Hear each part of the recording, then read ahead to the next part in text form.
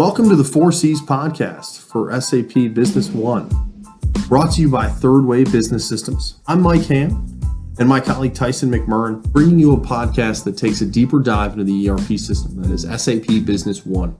We'll be hosting product experts and members of the Business One community, helping you, a Business One user, get the most out of SAP Business One. Welcome. Thank you, listeners, for joining us again. I'm Mike Ham. With me, as always, Tyson McMurran. Here we are for the 4Cs for SAP Business One podcast, and episode 6 is Data the New Gold. Let's jump right into the quote here, Tyson. So today's quote is brought to you by CEO Today. So is data the new gold? No, data is fool's gold. Insight is pure gold. Tyson, when you hear that, what's the first thing that jumps out at you? Do you agree? Do you disagree? What do you think about that? Gold is a tangible asset, right? Yep. It's has a limited resource in the world, whereas data is growing exponentially day over day. So, to compare data to gold, it's kind of hard to, right? Because of that fact that data is just going to be constantly growing, whereas gold, there's only so much gold in this world. And then the word insight, it's something that we've talked about a lot, Mike, is analyzing and pivoting and all of those topics that we've had in the first few podcasts, and just whenever you and I are talking, it's always about the data and getting data better, faster. But the important side of that data is making sure that it's accurate, and we've talked about that a lot. Is data the new gold? Well, I don't think it's fool's gold. I think it's different than fool's gold, Mike, because, like I said, there's so much data in this world, and maybe that's why they're referencing the quote that it's fool's gold, because there is so much data. But the insight side of it is really where the information kind of lies, and it's interesting because the growth of data over the last decade is astronomical. Oh, absolutely. You've seen it in every industry, every sector. Right. So, what is it about the data that provides value? Like, because if this quote's talking about data as a gold, right? Well, where's the value in data? And obviously, there is value in data, because the S&P 500, 90% of the valuation is intangible assets. Yeah. So, obviously there's value in data and value in software and customer information and those types of things. But what is it that we can do with this? And specifically around the SAP Business One space, being an SME and dealing with data, like what is it that we can do with that data? So what's your thoughts, Mike? Yeah, I agree. I agree with everything you're saying. I think when it comes to the valuation of data being compared to gold, some data is more straightforward because, you have all different kinds and types. So, for example, you see a lot of these larger data companies sell, customer lists, so to speak, or, industry lists. That data is more straightforward, right? It's, here's a list of, companies that use, certain hardware or certain software, or companies by industry, right? That's pretty straightforward to say, okay, cool, that's a customer list that we could go after as company XYZ. That sounds like a, customers we could market to, whether that's an email list or, a list of phone numbers or for a call campaign, what have you. That's straightforward, right? But when we're talking about data, we tie back to the core, there's other areas of it where the insight, is the gold over the data, because you could look at a number of data points and it could be overwhelming. So you're talking about data points like customers' buying trends, right? What, you have a massive amount of data of what a customer has purchased or what a customer has done, and you look at it and you go, what does this all mean? Well, what you could draw from that, there's the gold. Okay, this customer does X, Y, Z, and you can base marketing trends off that, and really take a lot of value out of that, right? Because that's a little bit harder to disseminate from, where's the value in all of this data. And I think that's why this quote is cool, because I agree with it and I disagree with it. I think it's proven that data has value. Yes. So it can't be a fool's gold because there's value. But that being said, fool's gold still has a value. Yeah, exactly. So, yep.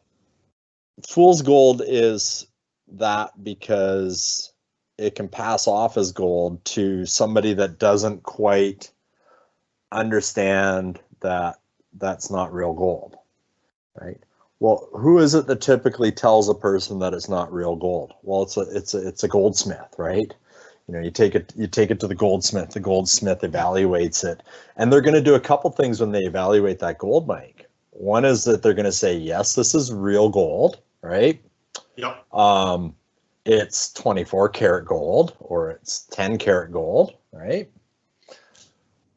And the other thing they're going to do is they're going to be able to, tell you how much of that gold you have, and they're going to be able to tell you what the value of that is to a spot rate of gold at that point in time, right?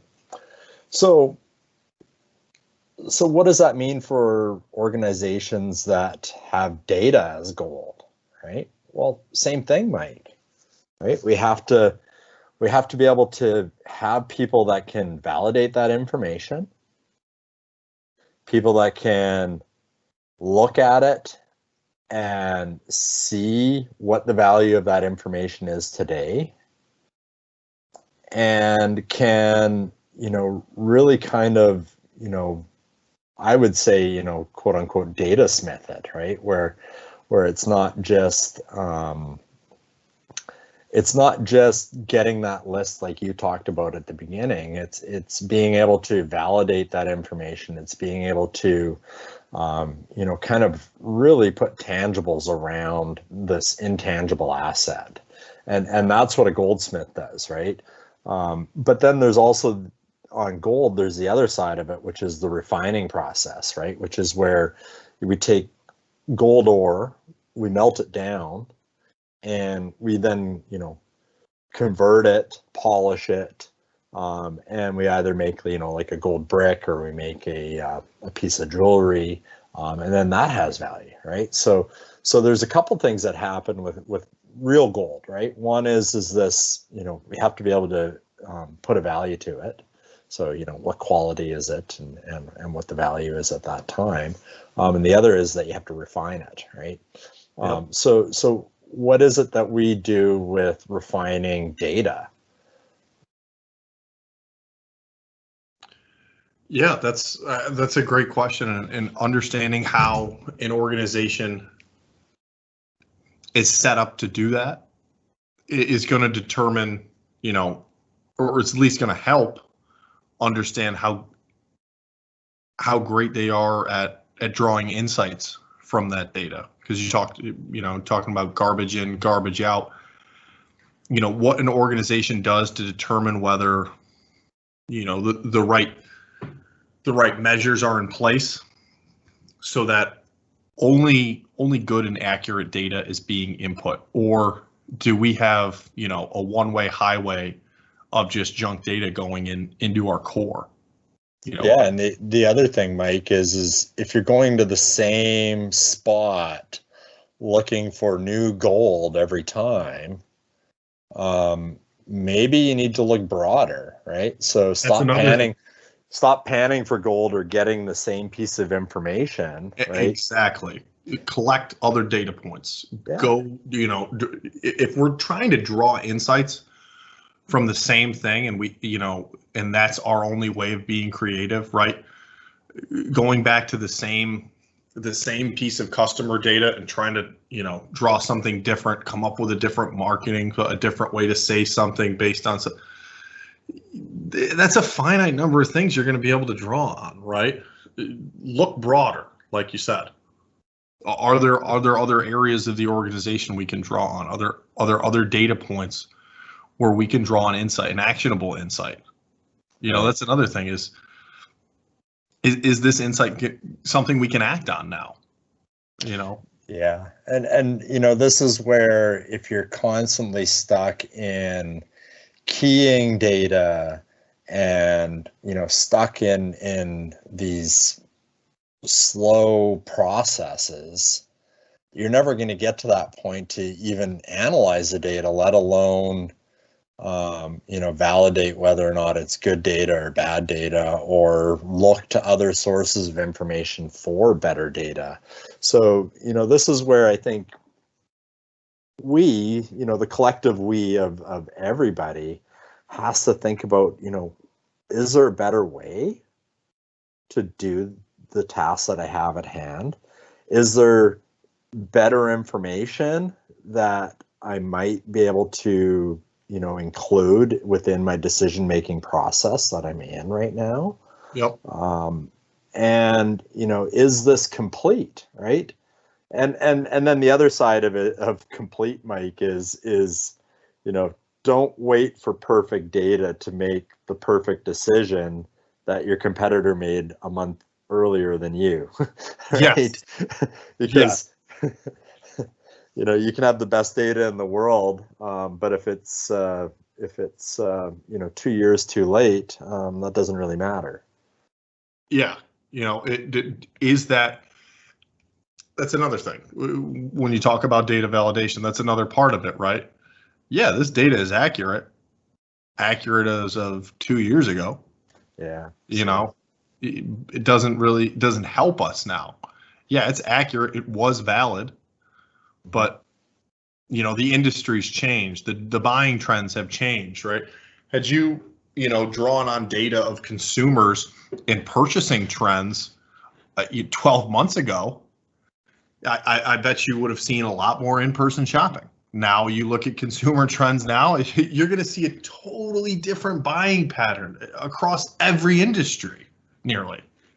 Well, yeah, because everybody's been driven home, right? Exactly. So, yeah. Exactly. A lot more companies have expanded. We did topics on e-commerce, right? Right. It's exploding now. Yeah.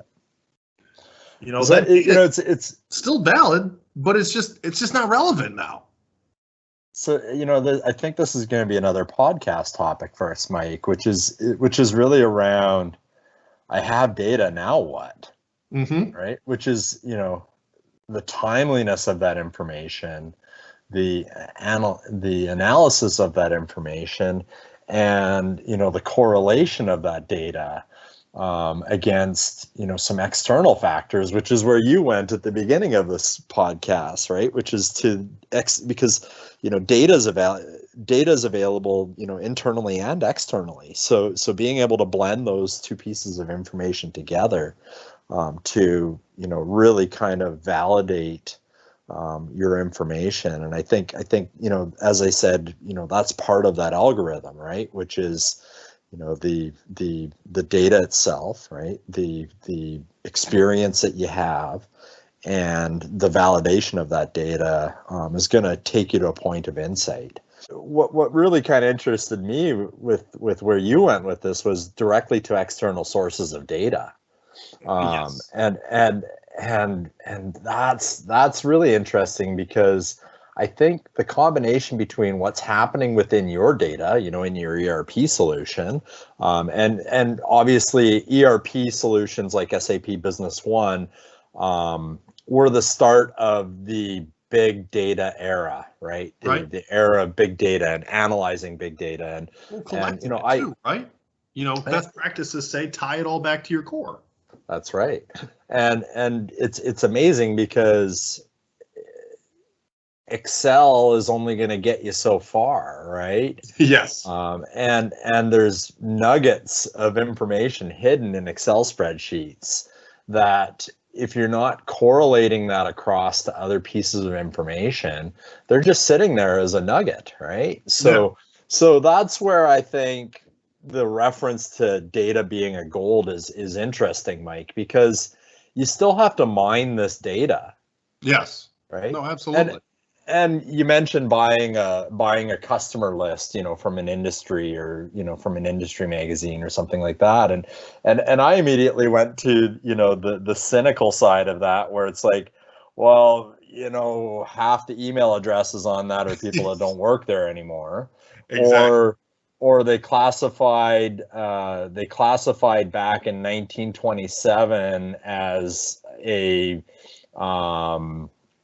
a general merchant, but now they're a technology company because they did a pivot in the 1980s or something into a totally different, earmark, but their government industry ID tag is still tied to, their legacy. So, information and companies and all that is just ever changing. So I think that's maybe where this fool's gold side of things is coming from, is that cynical side of me of, well, how good is that data? Well, that's a good segue, right?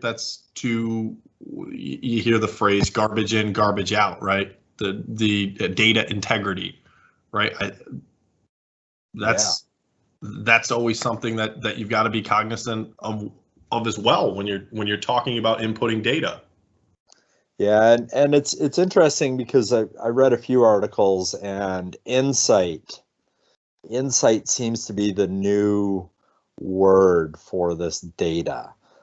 So it got me thinking back to my university days, and I had a professor that had a quote in all of his PowerPoint presentations that said, "Theory plus experience equals learning," and that quote was by Deming. So, that's a long-standing quote, and it's relevant to today, right? Yeah, I like that. Theory plus experience equals learning. So what does that mean to our conversation today? Well, data plus experience plus validation, I think, equals insight. Yeah, I think that's a really good conclusion to draw from that. Yeah, and there were a few articles that I read that people were taking different approaches to an algorithm in order to kind of get to a value perspective when looking at data. But at the end of the day, I think that's a good combination, right? Of the data itself, right? Yep. Plus the experience that you have, right? Plus validation that data is accurate, is going to allow you to build some insight upon what that means. So I think there's going to be this big shift, especially in the SME space, Mike, where a lot of the SAP Business One customers are still struggling at feeding data and really. They lack the ability to get beyond that transactional data set and get more into the insight side of things. And the clients in the Business One space that I think are really kind of doing this the best are the ones that are omni-channel sellers.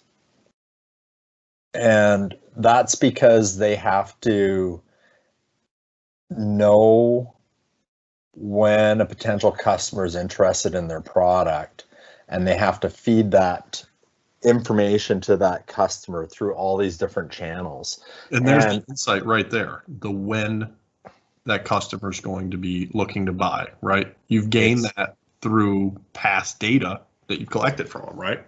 Exactly. Or trend, right? Historically, the third time that somebody lands on our site, they buy, right? Or exactly. Maybe it's not from that specific customer. Maybe it's, data gathered from other customers, right? Whether, similar or dissimilar. Yeah, We've seen third time's a charm, something like that.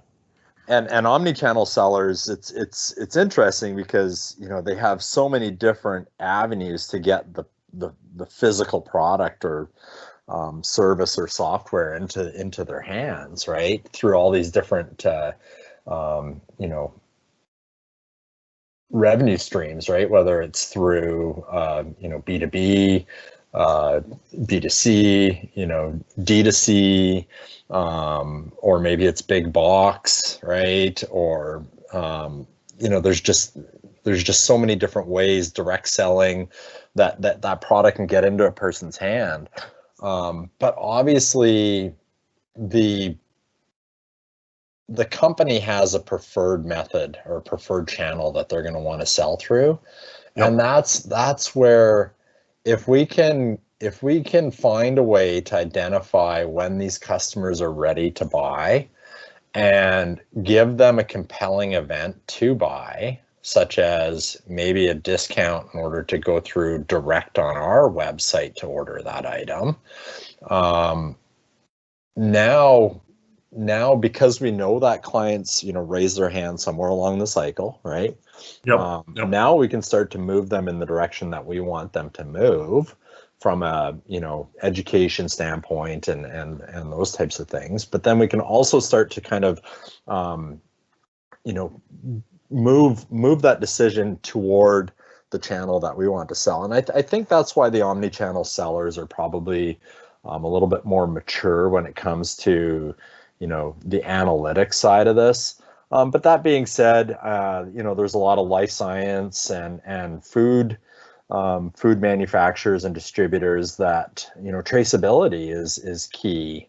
And, you know, managing that information and keeping that information straight, while it's still, it's not the consumer information, it's still data, Mike.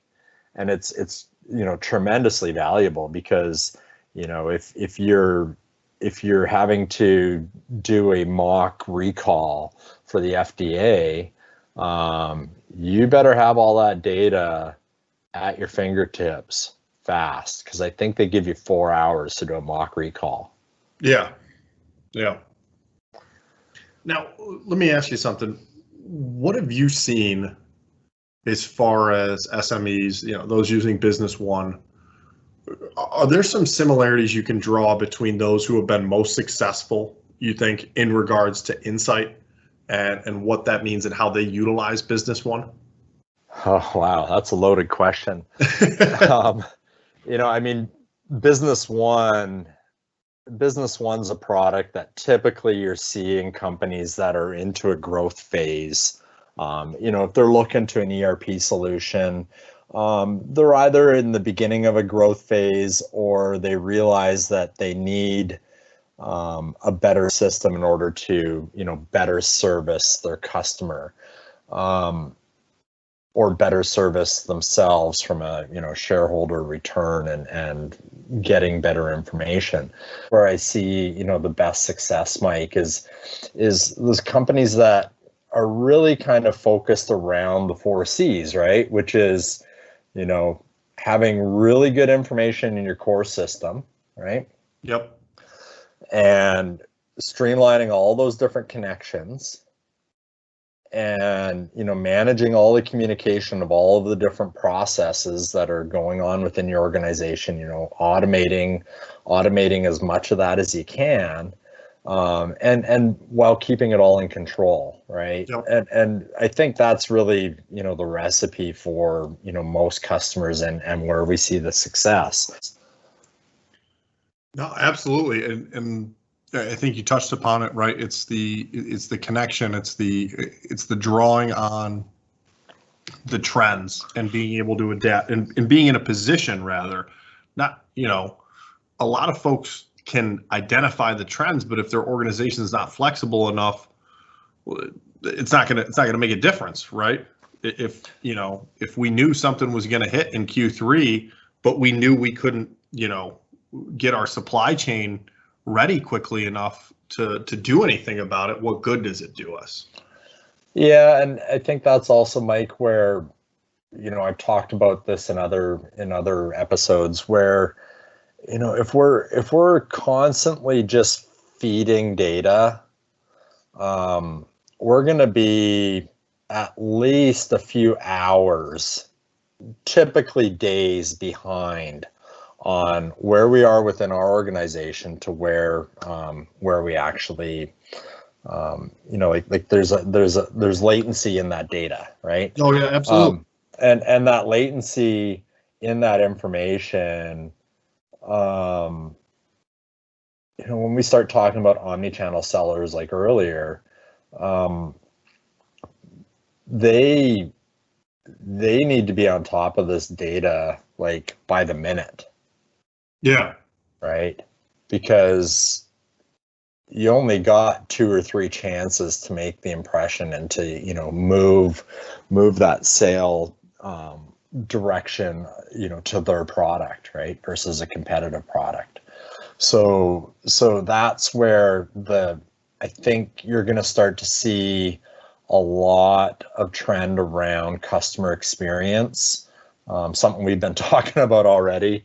Yes. And I think that's where this insight, the insight being pure gold, Mike. I talked about, adding new products or services. Well, that's insight, right? Of analyzing where things are going and filling in those gaps. Or I talked about companies that are growing through different business models or being a disruptor, right? Changing the industry, or maybe it's a totally different company than what they started as, right? Those pivots are really kind of made through some kind of insight by the leadership group, right? And ultimately that's where getting that information into your hands in real time, trusting that the data is accurate through control, right? You're going to be able to make really good decisions. Yeah, no, absolutely. I agree with that. And that's a lot of what I saw too in the success stories, working for the Biz One conference. A lot of the most successful speaker organizations were ones that were in a position to act, but also using Business One in the right way and understanding the data in the right way, in that, the organization had a view of it, but it was more than just sales. It was more than just operations. It was more than just accounting. It was everyone together being able to look at it. And there's talking about the insight, maybe someone who inputs the data in sales, maybe it's not sales who catches, that insight. Maybe it's operations taking a look at the data and saying, hey, I'm recognizing something here, and bringing that to attention. I think the most successful organizations that I saw were ones where it was using Business One across the organization and being able to share that data and then act on it as well. I think that's where we're going to see a big shift, Mike, is now that the data is out there and there's so much of it, it's going to come down to a couple things. One is that the companies that are really, driving toward insight are going to be the ones with the profitable growth, because they're going to be the ones that are going to be able to bring new ideas to their industry. They're going to be the ones that can, envision a better or new business model. So the disruptors, customer experience is at the key of that data. And ultimately, all this data, if it's validated and you have good insight into that data, you're going to make better decisions. Absolutely. And so bringing this full circle, is data the new gold? Is it fool's gold? Is insight the gold? I'd say overall it's a combination of, yes, data is gold, and yes, insight is gold, right? Because we've talked about examples where it's clear that, the insight and the right insight is going to make all the difference. But there's also examples where data is going to make all the difference. If you're a startup and you don't have, any customers to market to, a customer list of 5,000 customers, properly segmented is pure gold to you, right? There's no denying that. And, you don't need insight to understand how to use that. A basic email marketing campaign or call campaign, or, that's going to yield some results with a substantially sized list of data. But also insight, you can't deny, is going to make tremendous changes and positive impacts throughout an organization. Yeah, and the information is only what you do with it, right? Being open to where that insight's going to come from too is another part of it, right? It's easy to say, we have this new tool that helps us, draw insights from the data, like a Watson. But don't be closed-minded, right? Insight can come from anywhere. It can come from any angle of your organization. Can come from any employee within your organization. Don't close your mind off to who could do what with the data, right? Who could draw off of or come up with a new scheme or a new idea based on a trend that they've identified. Yeah, and that's where, again, the leadership of the organization is gonna, create that atmosphere of innovation. Right? Absolutely. And I think that's where, if you think about it from a high level of, where you want this insight to take you, right? It's going to be around those four things that I talked about, which is, new or better products or services, right? Disrupting the business model or refining the business model or creating brand new business models. Ultimately, everything around the customer experience, and then just that, like you said, that decision making, it doesn't have to come from the top. Yeah. Right. It can come from anywhere within your organization, the decision making, but it's based off of good data, and it's not good data that's sitting in an Excel spreadsheet that's, hidden from everybody, and nobody's able to correlate or do anything with that information. And I think that's where the Business One community, really kind of thinking about, what kind of actions can I take with the data that I have to effectively use it to change my organization for the better? Yeah, and I think SMEs, those particularly, obviously the like you said, the Business One community, they're uniquely positioned in that they're smaller organizations that have the ability to get direct feedback from all the employees involved. And if you're not utilizing and capitalizing on drawing insights from all your employees and having them get access to data and company data and understand it, then you're going to be falling behind those organizations that are doing those things, that are empowering those employees, that are building a culture where it's allowing employees to make their own insights and make process improvements. Right. Excellent. Well, Tyson, I want to thank you as always.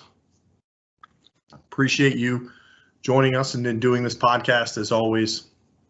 This is episode 6, Is Data the New Gold? I appreciate you listeners out there. Remember to follow us on Twitter, on LinkedIn as well. Check us out at our website. And Tyson, thanks again as always. Signing off here. Yeah, stay safe, stay connected, everyone.